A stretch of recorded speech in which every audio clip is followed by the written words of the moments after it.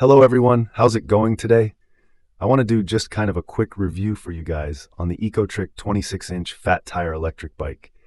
I hadn't seen too many reviews on this bike, so I thought I'd kind of give you guys my 2 cents based on my experience and let you know what I thought about it. One thing I should mention real quick too is I actually found a pretty good deal on this bike. You can actually get it cheaper than what even their website lists it at. I'll put a link below in the description so you can check that out if you're interested in picking one up. Okay, so the ECOTRIC's e-bike. I did a lot of research on e-bikes. I looked at everything from rad power bikes, more specifically like the Rad Rover Volt bike. I probably looked at 20 different companies before kind of settling on this one.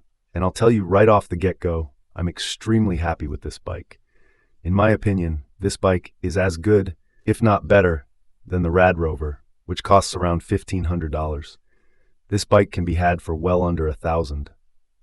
So there's really two key things you want to look at when you're buying an e-bike: the battery and the motor.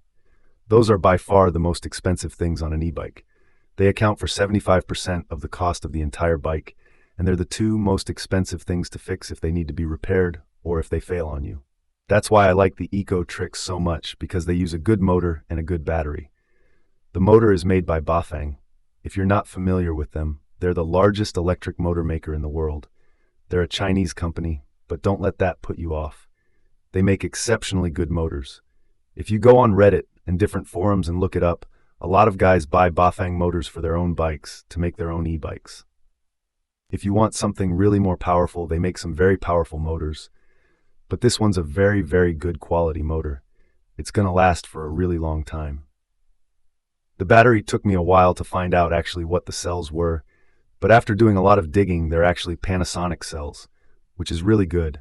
Those are the ones, they're not the same exact cells that Tesla uses in their cars, but they are Panasonic cells, which is the same brand, same style of battery that Tesla uses in their cars. So they're very, very good. Very good motor, very good batteries.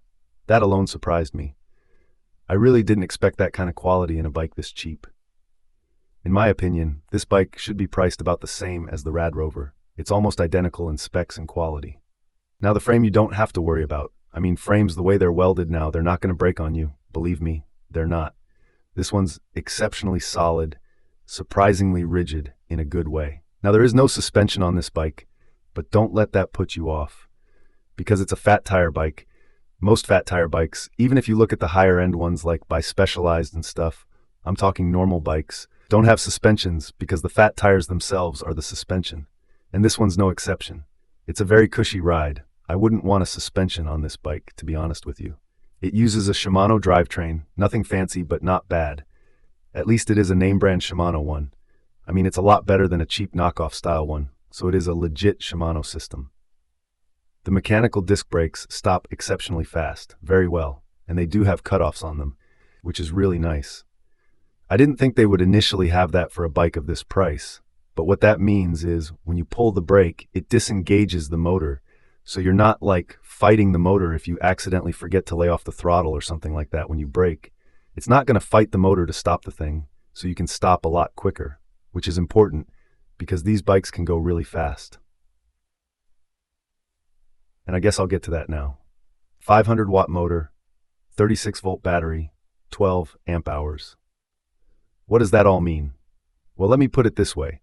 I'm about 240 pounds, and this bike will pin me at 20 miles per hour, which is the top-rated speed for this bike. Now, I should mention you can actually up that to 25. I won't get into that in this video, but if you do a little bit of research, it's really easy. You just hold 2 buttons down, get into the settings menu, and up the max speed by 5 miles an hour, and it'll do 25, and it will do that no problem. Like I said, I'm a big guy, 240 pounds, and this thing will pull hard acceleration-wise and get up to 20 miles an hour really fast. It will do inclines up to 15 degrees, no problem. Go uphill, off-road, extremely powerful. As far as range goes, like I said, I'm on the heavier side.